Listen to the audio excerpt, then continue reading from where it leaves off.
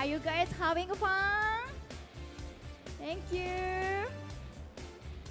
Next in line is the session on AI application, acceleration, and the revolution of gaming. It's fascinating to explore what emerged from the intersection of AI and Web3 gaming. Introduce our distinguished speakers. Salad Juice, producer at OW Inc. 拍手お願いします。Welcome. Next is Mise Shuhei, founder of Anime Chain. Woo!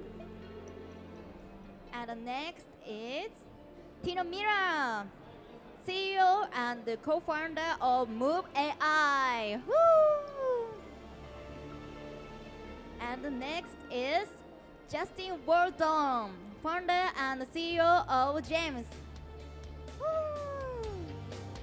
And moderating this session, we have Edwin Lee, CTO at Flex Inc. Please join me in welcoming our next speakers. それではよろしくお願いします。Thank you. Okay. Good afternoon, everyone. Today we have an exciting lineup of panelists to talk about AI application in gaming and in entertainment. So, without further ado, let's start our self-introduction and maybe just introduce about what you're currently doing in your projects or company. So, Justin, could you start, please? Hey, everybody. I'm Justin. So I've been working in games for almost 20 years. And the types of games I've always worked on are the games that use new technologies to make new types of games. So naturally, I've been interested in how freemium could affect games, and then how social gaming could come about from social networks, how blockchain could change games, and now also AI. So yeah, I guess I'm mostly focused on the startup side, but I've always stayed within the game area. Thank you. Now, please. Thank you. Hi, everyone. My name is Tino Miller. I'm the founder and CEO at Move AI. I'm not originally from the gaming background. My background's in research, and I'm an engineer, so I spent 10 years at university doing my master's and PhD. What we do at Move AI is we help creators, artists, capture and generate 3D animation for their characters using just a video. So instead of having to put on a special suit with many markers on them and go to a special studio, you can do motion capture using just video from a single camera or from multiple cameras. We're working with around 16 of the top 20 AAA games companies around the world. And we've just launched a new product recently too, whereby you can also do this motion capture in real time without needing to put on any markers or any suits. Thanks. Hi, my name is Shuhei, and I started my career at the traditional financial institution, banking. I've been working for 10 years. Then I just moved to the blockchain area. Then after I kind of setting out my project, I just started the AI project from this year. I'm a big fan of anime, and that's why I just started the animation project. This project is to create the AI foundation model dedicated to anime. This is a really fun project, so I'd like to introduce a little bit today. Hi, my name is Sarah. I'm a producer for a virtual human company called Awe.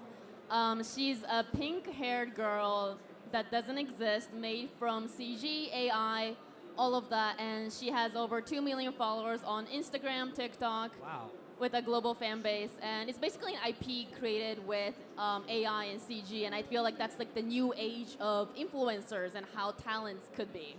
Yeah. Okay, so we have lots of talents here right now. And talk about AI applications. I think I have to introduce myself a little bit. I'm Edwin.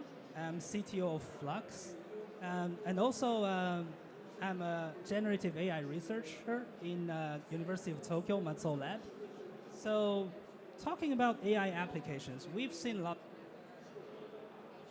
coming through like ChatGPT or like Suno AI, like you can do music, and then we have, the recent Gen 3, you can like do videos. So what exactly will you use AI in your current workflow or current projects? Like what kind of impacts have AI brought to your current company? So can you start, Justin?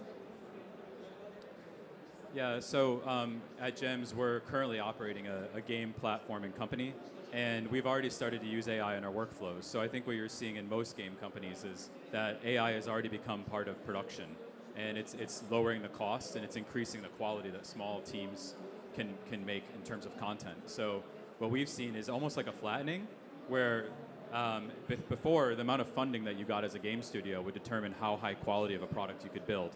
And in large part because you need to hire many, many people to make a lot of assets for the game.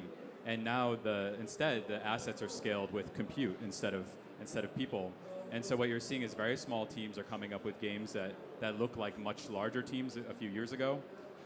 And we're seeing just also the pace of content that you can create has accelerated. And so people can invest in channels and creating types of content that you couldn't before. So for us, that means on our social channels, we make a YouTube video every single day with our game character right now. And it would be too much work if it wasn't for AI. And it's nothing on the level of what Sarah's doing, but it's something that we couldn't do. Previously, we would have to put all those art resources back into the game. But we've expanded what we can do with our game world because we have so much more leverage over the time we spend. So that's how we're using it right now. It's sort of one of the less exciting ways, but I think it's starting to become widespread. Okay, so exactly what kinds of AIs are you using right now? Like, okay, maybe like, yeah, Shuhei. So obviously our project is about anime. Definitely what we are trying to challenge is that to create anime by using AI. But the biggest problem in the anime industry is that they have the shortage of the resources. So if you try to create new anime, you have to wait 3 or 4 years to come up with it. But if you can use AI for that, then you can minimize the process. You can instantly create anime, let's say, maybe in a few weeks. So that's will definitely bring the new opportunities or new revenues by creating anime. For example, maybe we can use anime for games more, but it's really difficult right now since it's very costly and it takes time. Of course, creating games also taking time. But if you combine gaming and animation, then that will expand the time a lot. But if you can use AI, then you can minimize it, and also you can reduce the cost for sure. That will bring many opportunities. So in terms of anime industries and also many other areas, we can definitely use AI, and that's what we are for. Yeah. Thank you. And Tino, like actually, I watched your YouTube video on your current project. It's actually really impressive. Like you don't really need a device, right? Like we used to need a huge complicated device to create a kind of a moving avatar, but now you use it a single camera or like even a camera on a smartphone, you make it possible.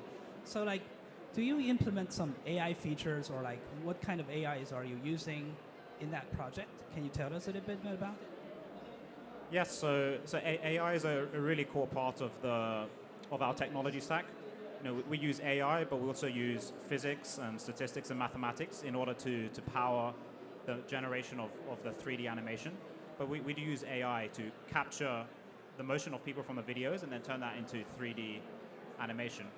And in terms of how AI is helping people and customers, I think it's a really exciting opportunity. Today's a very exciting time if you're a content creator. As we've said, it's really hard to make anime, it's really hard to make games. Sometimes you need $100 million plus budgets or tens of millions, and it takes you years to make a game, it takes you years to make a movie. And what's really exciting is with technology, with the latest wave of AI tools and technologies, it has the potential to really democratize these tools for more people. And that means that development cycles can reduce. It means that it can become much cheaper, which means even a small studio can start to generate quite high quality content. It's been really exciting to see people using our platform. It's not just big companies with thousands of employees. It's also tiny studios who can now start to power avatars who can now start to do fun brand experiences, because now this tooling is much cheaper, much more accessible, and it's not only accessible to your big mega companies, but also is accessible to just your individual indie creators as well. Thank you.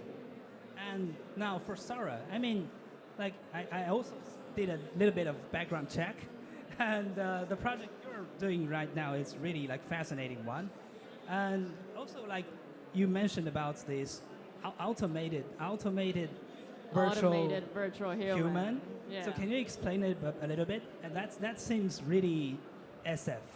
It's very SF. What we're basically doing is, so far we've used a lot of just CG, right? What you would see in Final Fantasy games or Disney movies, those are all CGs. There's not AI. We're integrating AI in a way that, imagine ChatGPT with a face and a personality and a story. So you're basically, for example, maybe think about your favorite artist, let's say Blackpink, right? Let's say if the Blackpink could talk to every fan individually with their personalized LLMs. I'm saying a lot of difficult words, but what I say is like, on the screen you would see a virtual human, and if you're a fan of that virtual human, you can talk to the virtual human and literally have maybe a friendship or be a fan. So we're trying to basically hack entertainment in a really new way, because I feel like, real people, there's a lot of new technology for the fan bases, but what if we have like virtual human idols, which already exist in Japan, right? So, yeah. Nice. So like we already saw like all of you are already using AI in your productions. So what are your expectations for AI in the future of entertainment or gaming? Like, does anyone have any ideas for the future? Okay. Yeah, I'll take this. So I think a huge focus the last few years in games has been on user-generated content and platforms like Roblox or even Minecraft. We've seen that people can spend a lot of time creating content for these games and get rewarded for doing it. And I think what we've seen with other content creation over the last 10 years, like Instagram or Twitter or these other social platforms, is we had a platform for creating text, that was Twitter. We had a platform for creating photos, that was Instagram. We had a platform for creating video, that was TikTok. There hasn't been like a user-centric platform for creating games. Roblox is not really it. It's a little too hard to use. You need to be a programmer. They say it's for everybody. It's not really. I think that those platforms will make adaptations to make it easier, and they'll use AI as well. But I think there's going to be companies that do it from the ground up. I think there's going to be a lot of companies that let anyone make a game, and I think there's going to be a bunch of that coming over the next year. So those types of systems and those things took a lot longer to build before, but I think the users are going to be creating a lot of the game content in the next couple of years. Actually, that reminds me of Mario Maker. You know Mario Maker? Yeah, like so people are creating their own stages for their Mario game, but it's still pretty hard right now. But if you have this AI capabilities, maybe like we can play AI games, AI-made user-generated games in a platform, and that will be a really fantastic future. Yeah. So about the future, like, do you have some other opinions? Or maybe, yeah, you can go first. Yeah, I just want to say I'm also super bullish on user-generated content. I mean, people already, you can customize your avatar. That's relatively easy. You kind of change the hairstyle, the clothing. But then at the other extreme, as you said, creating an experience in Roblox is quite difficult, or modding a game is relatively difficult. And as the 3D technology stack becomes easier and easier with AI, we'll definitely see the gamers become more involved in creating content. Because I think everybody has this, a lot of people have this artistic desire inside them to create art, to draw. And you can do that on a piece of paper quite easily. But to do that in 3D with a 3D character model, with 3D animation, with a 3D scene is really difficult. And you have to be a programmer, as you said, in many cases. So I'm also just very bullish on the user-generated content. It's going to take some time. The 3D tech stack is really difficult, but what is exciting is the pace at which it's developing and the number of smart people going into the space to make that 3D content, that 3D art much more accessible. Thank you. I think it will also impact not only the quality but quantity too. So at this moment, as many people mentioned, it takes really long time to come up with the one entertainment. But if you use AI, then you can minimize the process and also minimize the cost. And then you can also concentrate to create something brand new. Maybe people can think of something which no one can think of. So that's I don't have anything particular, but that's the kind of beauty of AI. You can concentrate more on creative side, not only there are so many works that you have to go through to come up with the entertainment or to come up with the final product, but you can kind of shortcut, or you can you can do it very you can minimize that process. Then probably people can concentrate more on creative side. That's something I really expect. Yeah, and then there will be the full of the entertainments in this world, and maybe you can just only think about the entertainments, not other maybe daily job. You can just let AI do it. Please. I think everything you guys said is definitely true. I think gaming is just another way of saying, like, let's create a virtual world where we can all interact like we are doing right now, right? You choose when to wake up, you talk to some people, you maybe like some people, comment, right? So like what we already have as social media platforms is a way to connect us, but it's still like a little screen that we just have in our pockets, right? I feel like gaming is this whole new virtual world where maybe there is, an IP walking, and there's, I feel like it's just, making virtual humans. It's easy to imagine a world where, for example, our virtual human does Instagram, but she can also be in Roblox, and she can also be in Animal Crossing, and Minecraft, and all of these things, or Fortnite, right? So it's like virtual characters have this like way of us moving in the real world, and then imagining characters moving in a virtual world and creating a community and talking to each other is, I feel like it's gonna be a replica of what we already have, but I feel like there's so many new ways to connect with people that's more than what we already have in the real world. Yeah. I have actually one question. So it's going to definitely, you're going to take out the boundaries between the real world and the virtual world. So what do you think the difference between the real human and the virtual human? Oh, I get a lot of questions saying like, are you going to replace real humans? Are you going to replace real influencers? Are we all just going to be virtual models, virtual celebrities?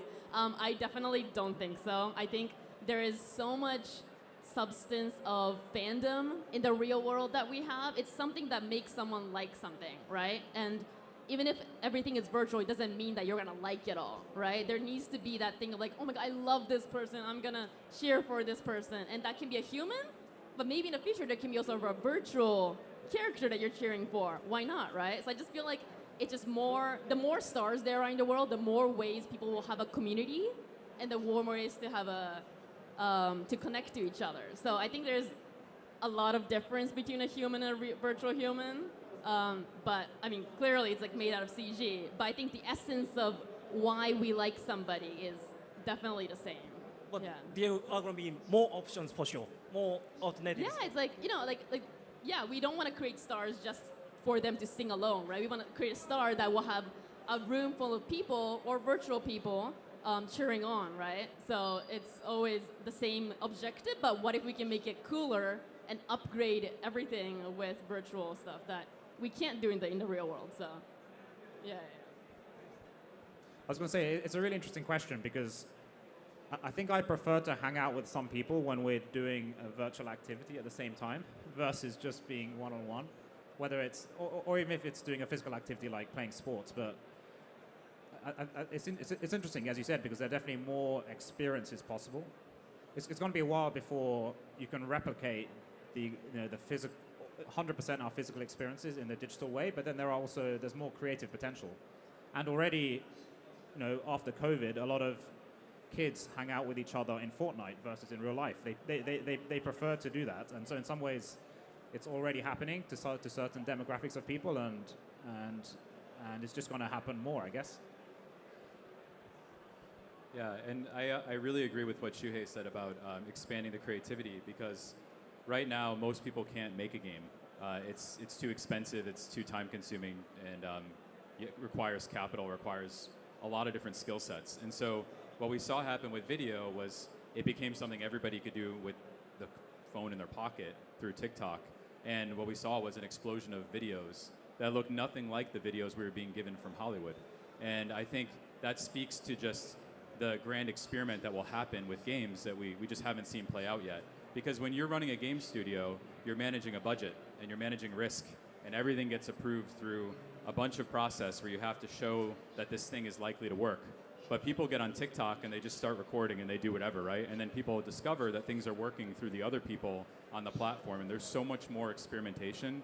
So I think probably in a few years there's just going to be so many more types of games. And a lot of things that studios would never fund. And the same thing you're seeing play out with Hollywood versus sort of like modern video on UGC would probably be pretty similar.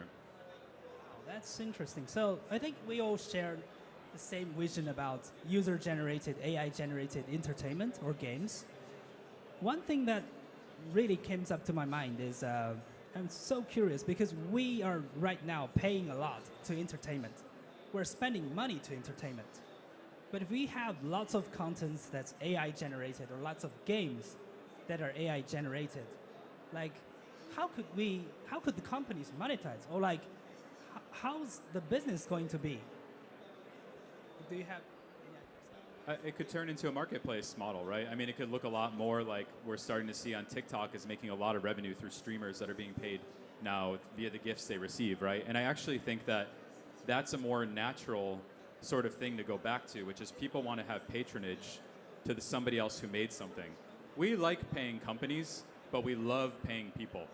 And so if the unit of creation gets closer to a person, I actually think the willingness to pay will go up. And I think people love to follow this. So we've already seen this play out in video, so I don't think it's that unique of an insight, but I just think we'll see something like that with games.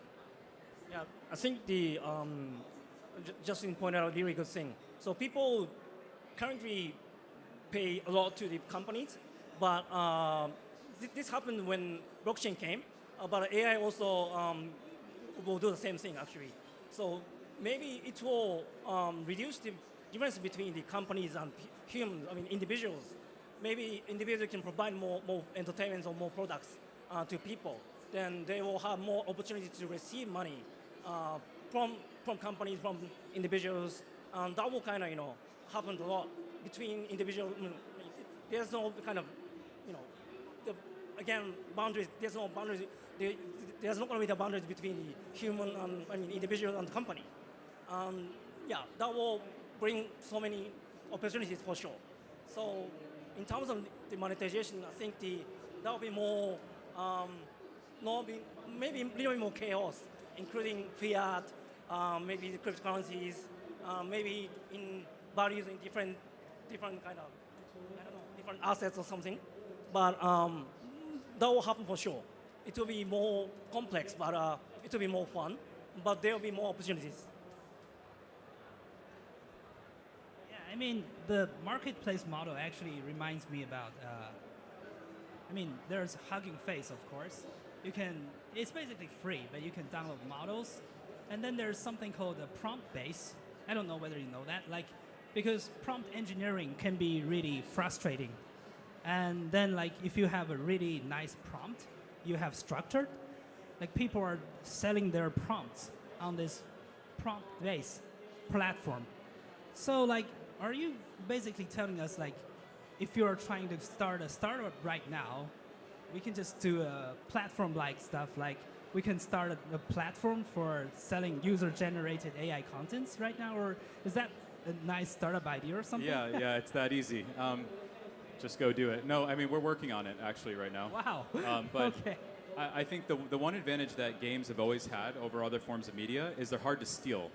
So this is what people haven't really talked enough about. So you talk about prompt base. You can write a great prompt and you can sell it to somebody, but they can copy and paste it and just give it to their friends, right? And what we've seen with music and text and video, it's been so hard to sell these products to people. As Japan knows, being the place in the world that's still selling CDs almost to this day, It's very, very hard. Piracy is a real thing. And what games figured out about 15, 20 years ago was when you do games as a service, people can't steal your game. And this was a big motivation for those of us in games working on this business model. And so I think the one thing that's kind of interesting is you're seeing the same thing happen with the output of these images. If you make something on Midjourney or if you make it on another model, these two images compete with each other, but nobody really knows where they came from. And they can be copied and pasted, and some people are working on IP rights, which I think are going to be very important and a big part of this. But also, I think games are in a unique position to make assets in a world that are not something that you can copy and paste. There's something where if you want to go access that game, you have to go to that game. And in that sense, I think games will lead the way on monetization for AI for the same reason that they've led the way on monetization for the other forms of media, which is they just don't have the same constraints. Now, it'll make it harder to share. People are sharing way more Midjourney images than they're going to share games, but they're without attribution, right? So they don't necessarily give credit back to the platform. So I think that's the key thing to watch. Actually, so what we are creating is an infrastructure to maintain the AI models. So once people or AI, IP holders provide the images or data to the AI model, then we'd like to track on blockchain. And then, according to the data on blockchain, we'd like to distribute the kind of dividends. Once you monetize it, obviously, the final products, then we'd like to distribute back to the people who provide the data. That's what we'd like to do, and we have to maintain something like that. Otherwise, as just mentioned, if you once provide something, that's it, and you're not going to make anything from it. But if that contributes to the creating new thing, then you have the right to get some kind of dividends out of it. So I'd like to create that kind of system to keep the sustainability of the system, whole system. Yours? Yeah, my point of view is that I think it's good to be open-minded. I think when we look back 20 years from now, it could be a revenue model, a business model that we just couldn't have expected.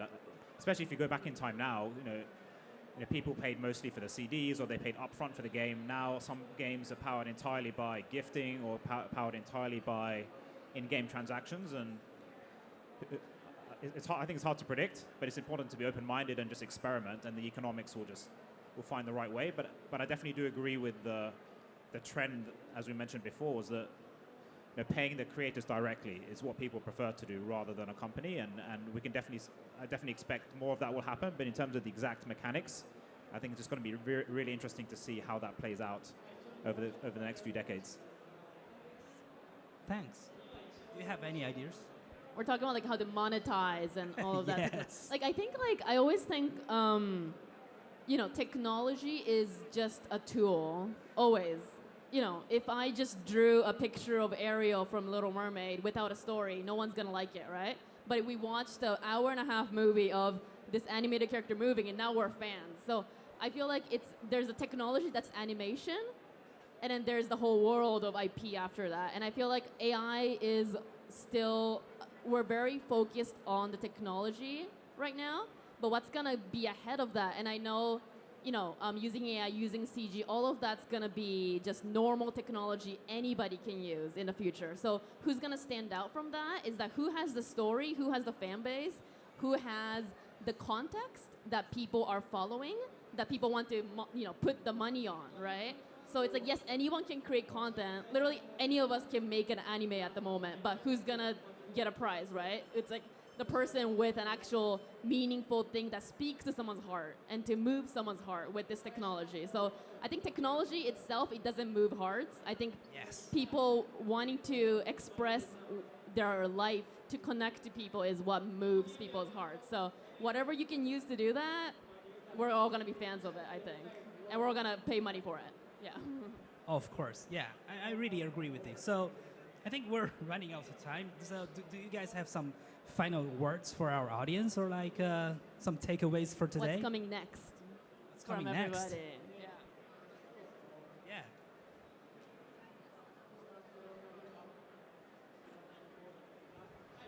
Okay, let's start from this way. go that way. What's coming next? Just like one word. We're making as I said, AI EMA. So basically, we're going to release. We've had a new official partnership with NVIDIA.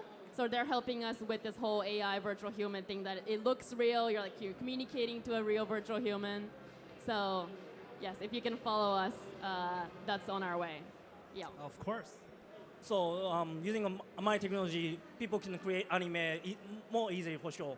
So maybe you can see anime on SNS or maybe in music video or promotion video. You see more animes for sure. That will make more fun for sure. Yeah. Looking forward to that.